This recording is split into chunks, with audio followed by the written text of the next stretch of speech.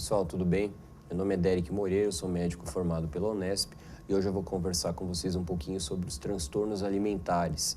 Esse aí é um dos temas incluídos na pós-graduação em saúde mental para equipes multidisciplinares oferecida pela Unip em parceria com a Vida Mental.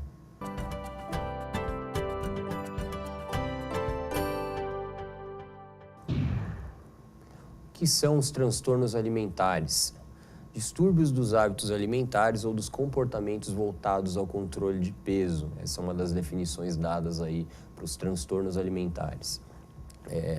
Esses distúrbios, eles no caso, devem, para ser tratados, ser dados como um transtorno alimentar, devem causar um nível de prejuízo físico e ou psicossocial considerável. A anorexia nervosa aí acaba sendo o transtorno, um dos transtornos mais famosos dentro dos transtornos alimentares, e aí vai ser responsável pela maior mortalidade entre as doenças psiquiátricas. Quais são os tipos de transtornos alimentares? Como eu falei anteriormente, a gente tem a anorexia nervosa, que aí é um dos mais famosos e, como eu também citei, o responsável pelo maior número de mortes por doenças psiquiátricas. A gente tem a bulimia nervosa, transtorno de compulsão alimentar, ou TCA, o binge eating disorder, ou seja,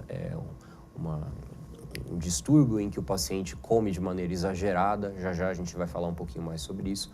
A pica, que é uma perversão alimentar, o paciente sente vontade de comer coisas impróprias, como por exemplo, às vezes, tijolos, raspa de tinta de parede, tudo que é possível de se imaginar. O paciente sente vontade de comer. E outros transtornos aí menos famosos, menos populares. Quantos de fato têm um transtorno alimentar? É uma doença são transtornos com baixa prevalência ainda. As mulheres, cerca de 0,3% apresentam anorexia nervosa e 1% bulimia. Os transtornos de compulsão alimentar aí estão presentes em cerca de 1 a 5% da população geral, sendo 15% entre os obesos, e as mulheres aí têm uma resposta extremamente expressiva pelos números de transtornos alimentares em relação aos homens. As mulheres apresentam transtornos alimentares 10 vezes mais do que os homens, por uma série de fatores, imagino que sociais, fatores relacionados a machismo, a mídia, enfim, aquele contexto de físico que envolve a mulher, né? Então, de atender a determinados padrões e estabelecidos aí por diversos setores da sociedade. Isso também acaba contribuindo, claro, somado também a alterações hormonais e outros aspectos, à presença de muito mais transtornos alimentares nas mulheres em relação aos homens. Quais seriam os fatores de risco dos transtornos alimentares? Algumas profissões em específico são muito mais suscetíveis aí ao desenvolvimento de um transtorno. De novo, profissões que têm, nas quais é muito importante a manutenção de determinado tipo físico, de determinado desempenho físico. Então, modelos que às vezes precisam atingir aí níveis de magreza totalmente patológicos, ginastas, atrizes, que aí acabam caindo também na mesma situação das modelos. As ginastas já entram em outro viés, acabam sendo pacientes que precisam controlar peso, mas não tanto quanto uma modelo ou uma atriz, mas acabam se submetendo a condições de treinamento muito intensas e por isso podem acabar desenvolvendo. Patinadores, maratonistas e mulheres também envolvidas na área da saúde também estão suscetíveis aí ao desenvolvimento de transtornos alimentares.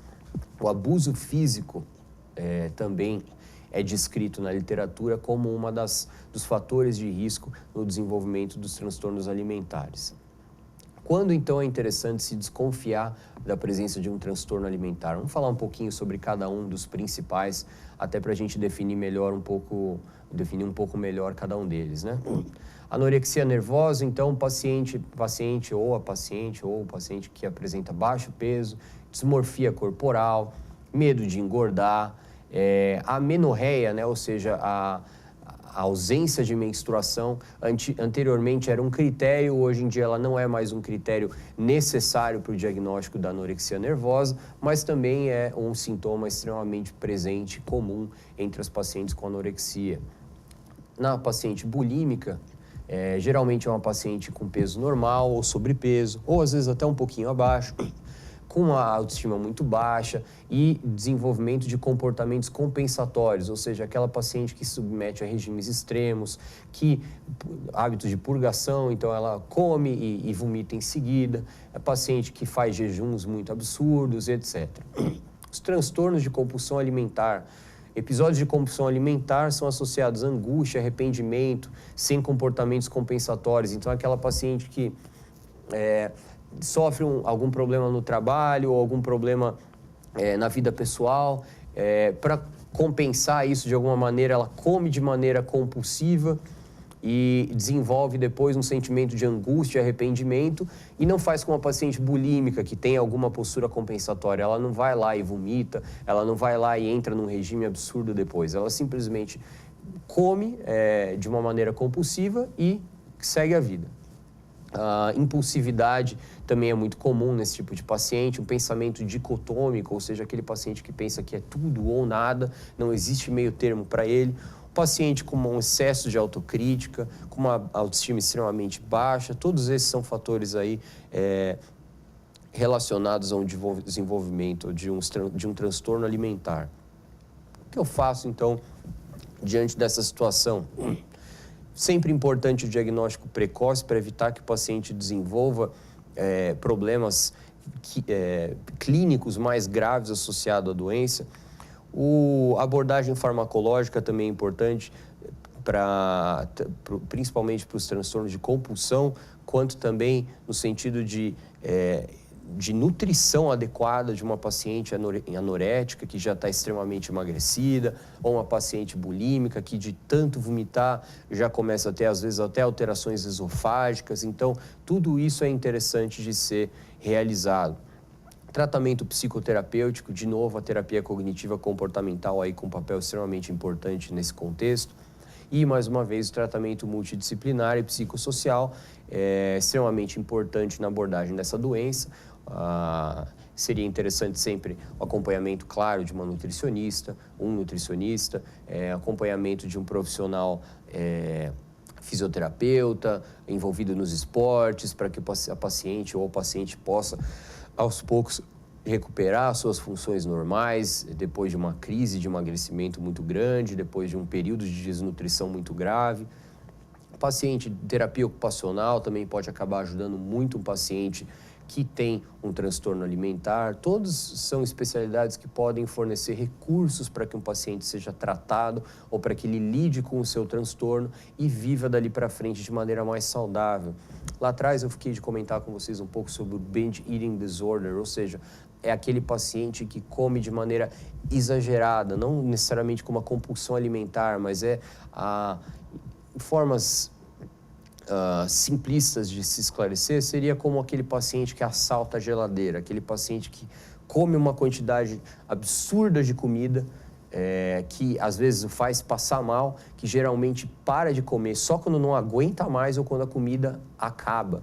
Então, esse é um paciente também com um transtorno alimentar, muitas vezes que pode ser muito grave, que também precisa de uma atenção e também vai se beneficiar muito de um tratamento multidisciplinar.